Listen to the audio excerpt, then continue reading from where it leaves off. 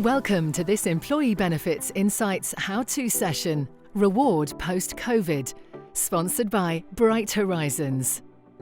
The speaker of this session will be on hand in the live chat room on the right of your screen to answer any questions you may have. The Q&A will then continue for up to 10 minutes after the session has finished. Don't forget to follow us and get involved on social media by using the hashtag EBInsights21. Please welcome Megan O'Shaughnessy, Head of Reward at BT.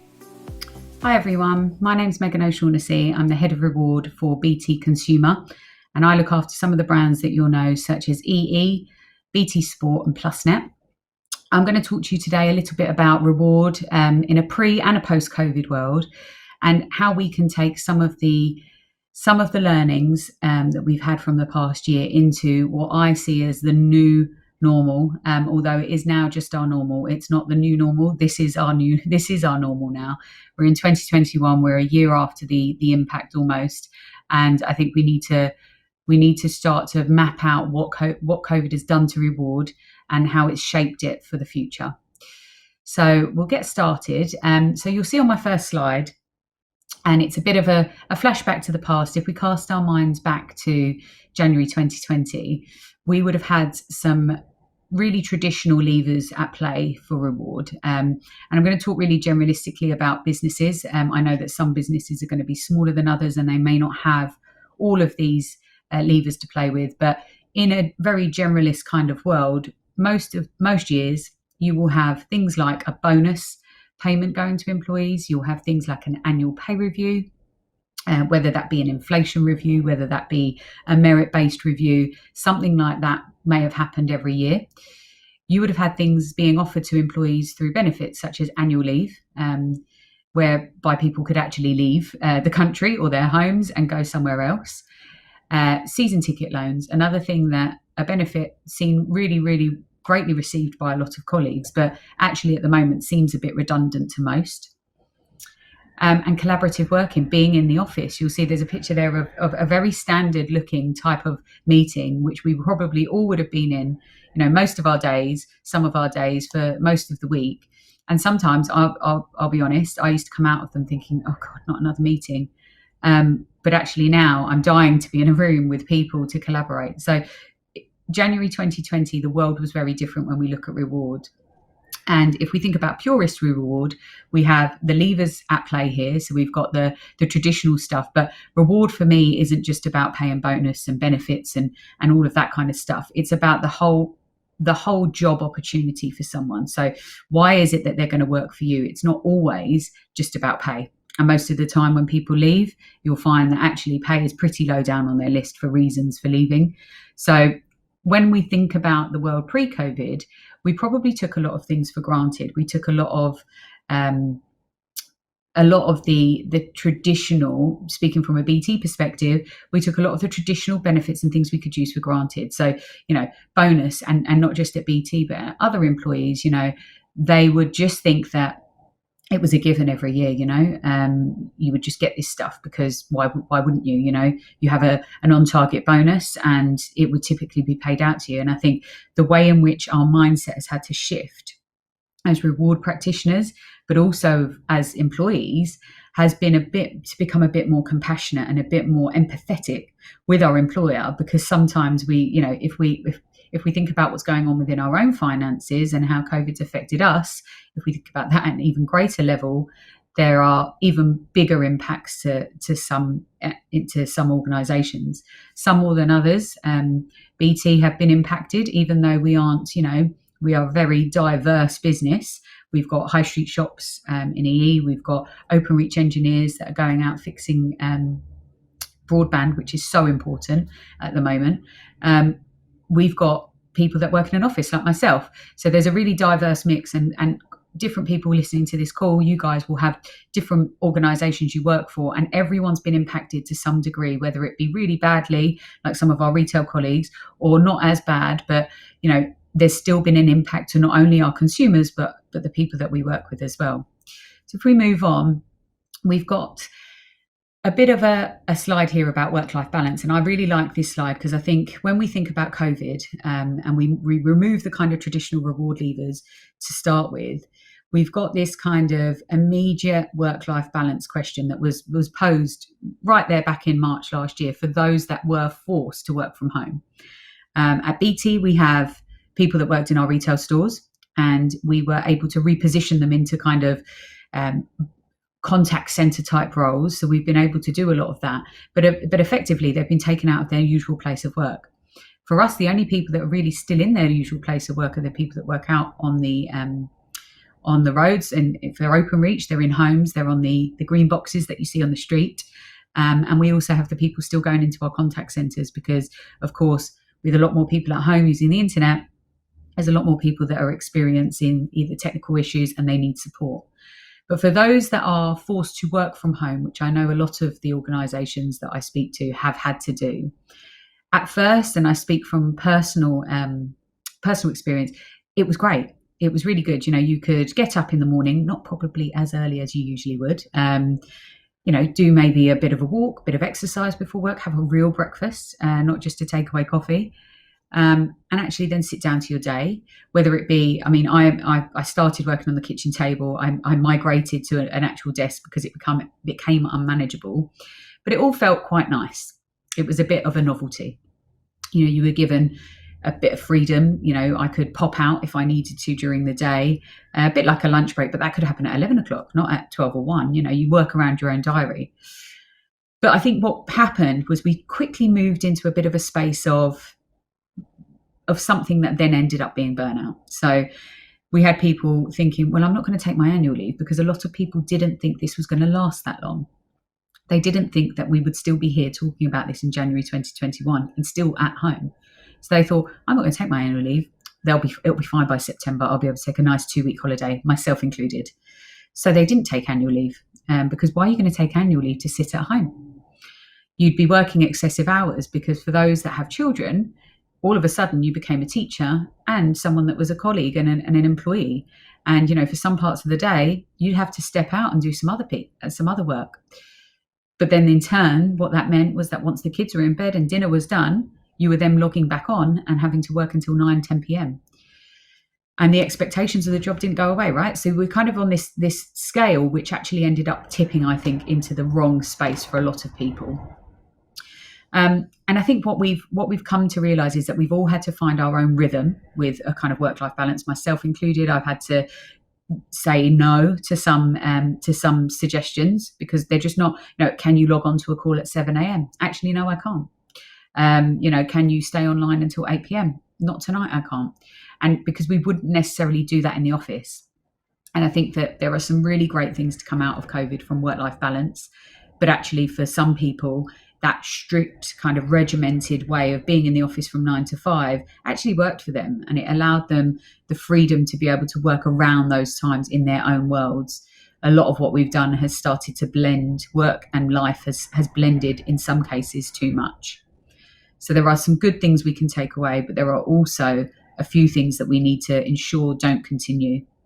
So if we move on to look at the more traditional side of reward, we've got some different boxes here. And I like this slide because the traditional value within reward has always been seen from a pay and bonus perspective, and that long-term incentive plans, all of the traditional money items that you would typically play within reward.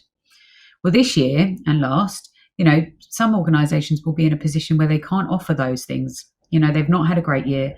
There isn't success to share. And those traditional pieces that you can play with to engage, attract, retain your staff suddenly come off the table. So how is it that we can use the other softer reward elements to try to build up a bit of a sense of solidarity within the business, and a bit of empathy, I suppose? We don't want our colleagues feeling sorry for big, large corporations, of course, but I think there has to be a human element added to this. At BT, we were lucky enough to still give some of our frontline colleagues an annual pay rise last year for recognition of some of the work that they had done, still going out and working. I know a lot of the supermarkets did a very similar thing. We were still able to pay a bonus to a lot of our colleagues, but for some we couldn't do an annual pay review. And, the share prices across the board, across the UK, were dipping at points. And for those traditional levers that you would use for your more senior staff, they disappeared really. They became a much further goal. So we started to look at the total reward value, and I think I've lost count of the amount of times I've had conversations with people about, I'm really sorry, but we're not in a position to do any pay review for you. And people have turned around to me and said, do you know what? I'm actually just quite grateful that I've got a job. We saw droves and droves of people being furloughed across the nation. BT didn't actually furlough anyone. We were managed to reposition a lot of our staff, but that wasn't the case for some people. They had no other choice. And within that, you've got the added pressures of not paying bonus and pay reviews and all of those things. And actually, you've got then added on top of that, people not even being in the organisation, some of them going and getting jobs elsewhere. So we started to look at the total reward value. Were there benefits that we could still try to really emphasize? The medical side of things, the well-being side of things that we've got a wealth of at BT, and we're very lucky. Can we try to utilize that so that people can use things like that and feel that, okay, I'm not getting some of the things that I'm used to, but actually the other things that I didn't even really use before have become really important. We tried to be very, very open with our communication. Our CEO actually caught COVID very, very quickly last year, done a video message to everyone, said, look, I'm not that well, but I'm okay. I'll be okay. I'll be fine. He spoke about what we were going to do as a purpose for the business, how we were going to help out some of our frontline workers from an EE perspective, giving them extra data, giving them discounts, these sorts of things. And I think a lot of that instilled a huge amount of pride in our workforce, because they thought, well, we can't have it all, but what we have got is quite good. We're able to go and speak to our family when we've got the Zoom calls or the quizzes or whatever it is, and say, well, yeah, we haven't got it as good as we probably have had it, but we've still got a role and the company is stable and it isn't going anywhere. So I'd implore you, if you're still in that space, to really try to look at what it is you can offer your employees in terms of galvanizing them as an organization so that they stay motivated and stay engaged. So if we take a look at what we need to take with us from the COVID world, the good and the bad, there are a few things that, we are going to have available to us that we haven't had in the last year, hopefully within the next year or so. So we may get back into that kind of traditional reward lever, pay reviews, longer term incentives, that kind of stuff may come back on the table. May not be this year, it may be next year, but for us, it's about being honest about those sorts of things. So if you can't do anything this year, if you're not in a position as a business to be able to give reward, pay reviews, bonuses, these sorts of things, be really honest and open with the business. Say that, we aren't in a position this year to do this, but this is what we are doing. If you're doing anything else, we've, in some spaces, last year we decided to give one-off kind of increases to smaller parts of our frontline, for example. If you're in a position to do things like that, speak about that and talk about the future of the business. Are we in a position whereby you're in troubled times? I think there's nothing worse than a shock or a kind of something coming out of the blue for colleagues. You don't necessarily have to panic people or worry them, but give them a really open narrative around how the business is doing. It's made such a huge difference to us at BT to talk about how we are performing every quarter. It really makes such a big difference to give people that upfront honesty, and they really respect it. They feel trusted and they feel listened to. So I would say, if you're not able to use those levers in the new world, be honest about it. People will appreciate it. If we look on the right hand side, you've got top reasons for leaving a business. Comp and Ben is quite far down there. So there are other things that are far more important to people. Work-life balance we've spoken about, but retain those opportunities that the flex working has given us. Don't suddenly go, when Boris says everyone go back into the office, don't just expect everyone to turn up from 9 to 5 and say, right, that's it. There's no more flexibility. People have got very used to being able to flex their times around their lives. Allow them to do that if they can, if the role pertains. There are different times in which people do better working. They have their own peak times. Allow people the flexibility as much as you can to do that. Don't just take that away. Meaningful collaboration. For me, this is the one that I've missed the most.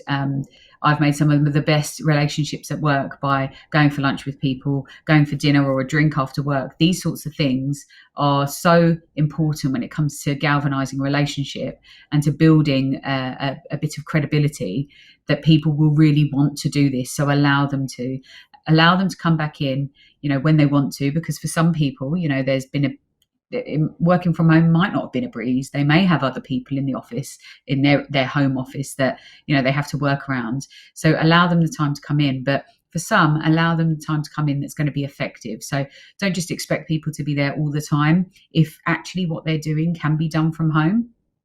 But if there is a workshop or somewhere where they can have a meaningful collaboration with some of their colleagues, by all means, try and invite them in and get them engaged with that, because that is where you'll see the work that probably was done over a Zoom or a Teams call not be as collaborative as it could have been. Those products do a great job, but it's just not the same. So use the time that you are expecting people to be in the office to be truly meaningful, not just people sitting at desks. And then recognition. For us, this is such a big key one. We've got people that work in our front line that we have tried to recognise far more than our more senior leaders. And our senior leaders have openly said that. These are the people that have kept this, not only BT, but the nation going. Don't forget about all of what we did on a Thursday night clapping and those sorts of things. Be honest with people. And then, look at, people have had to be so resilient over the last year. And for me, that's a skill that, they've managed to hone. But don't then take that for granted. Don't expect that resilience to last forever, because it can result in burnout.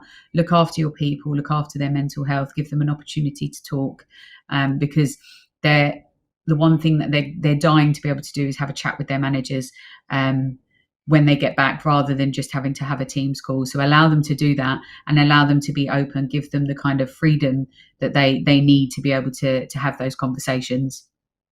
So, if we move on to the kind of conclusion, we've got a few things that I think you can take from this. I saw this quote and I thought it was really, really pertinent, actually, if we think about it from a reward perspective. So these so-called bleak times are necessary to go through in order to get to a much, much better place. So whilst there has been an awful amount of loss, across the world because of coronavirus, in terms of reward and in terms of how we work, there are a lot of good things that can come out of this. We can start to move away from the traditional levers. We can start to use some of the more softer elements of reward to bring them into the fore, to move people away from that traditional thinking. Some advice I'd give you is don't panic. Things aren't just going to immediately go back to the way they were. And that's for your colleagues as well. Some people will be panicking about going back into the office. Make them feel comfortable that, there are things that they can do to mitigate that. Take the good out of COVID. We've got some really key points on that slide before. What have we learned? Let's not just roll back to where we were. We need to make sure that we've got the good and the bad, and that we take both with us. We learn from the bad stuff so that doesn't come with us, and we take the good. Think about retention. This is a really key point. No longer are there geographical boundaries for working. So when people are sitting there saying, "Oh, I could do that. I couldn't do that job in Manchester because I live in London," that doesn't exist anymore. So think about that when you're trying to retain people, when you're trying to engage with them. There are more opportunities open for people now. And if we don't have the typical reward levers at our disposal still or ever again, what else can we use? Can we try to galvanise the organisation to be proud for who they work for? If there are people that are strictly only there for the money, then yes, you may lose some people. But actually the people that you want to keep are the people that really want to drive the business forward. And, if you can try to get that sense of proudness out of your colleagues, then you'll be doing a really good job. And finally, if we just keep those lines of communication open, just make sure that people feel like they've got the opportunity to speak and to be heard. And that's the end of my presentation. Thank you ever so much for listening. Ladies and gentlemen, that concludes this session. Thank you to our sponsor, Bright Horizons. Please be sure to ask any remaining questions you may have in the live chat. Our final session and closing keynote address, placing mental health at the very centre of your well-being strategy, will take place on Friday the 19th of March at 2 p.m.